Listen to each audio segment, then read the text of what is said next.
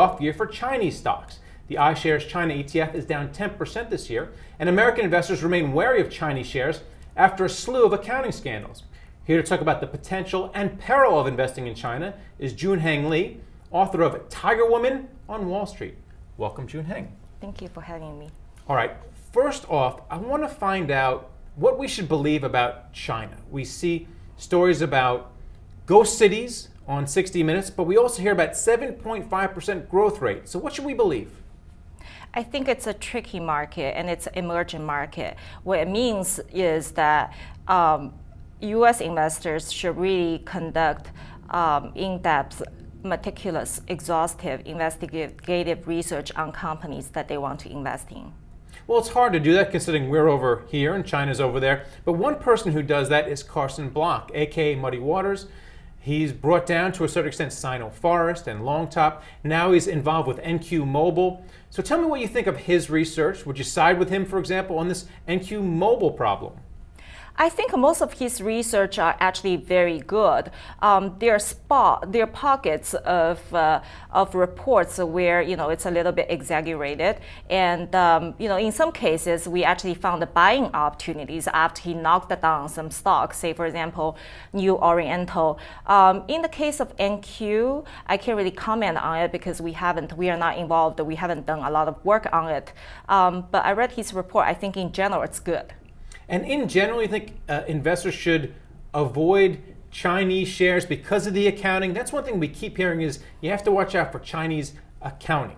What do you think?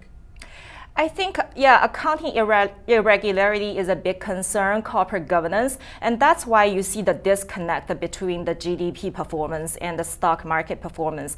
And one myth about China is that GDP grew quadrupled since 2000 and doubled since 2007, but the stock market has been very lagging. And the reason is GDP is only a measure of economic activities. It's not a measure of profits.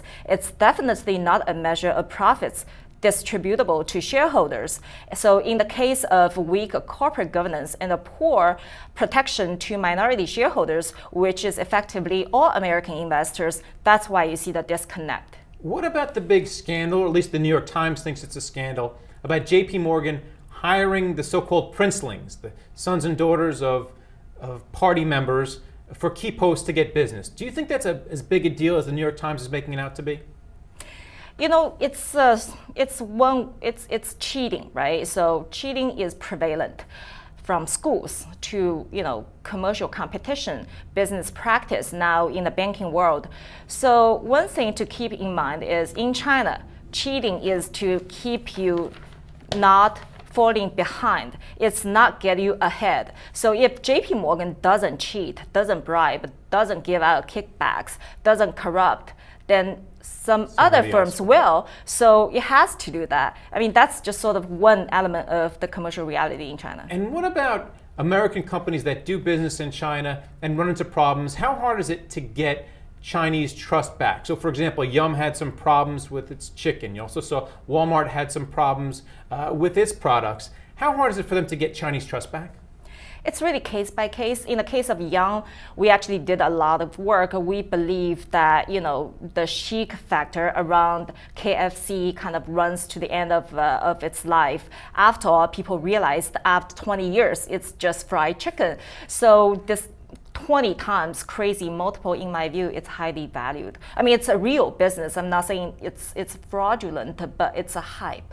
And then finally, what do you think the relationship between China and U.S. will be in 5 or 10 years? Right now, there's a little bit of a problem or a kerfuffle going on with what's happening with the NSA. What happens in 5 to 10 years? Are we going to be friends, frenemies, competitors? What's it going to be?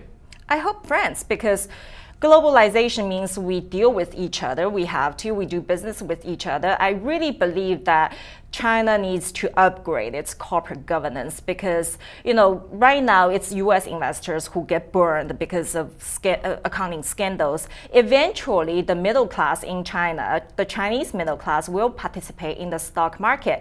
And, if they realize companies are scams, then, middle class get burned. So it's an issue that I don't think it's unique to China. It's it's prevalent among emerging market, but there's some catch-up work to do, and China eventually, I hope it will get to the global standard.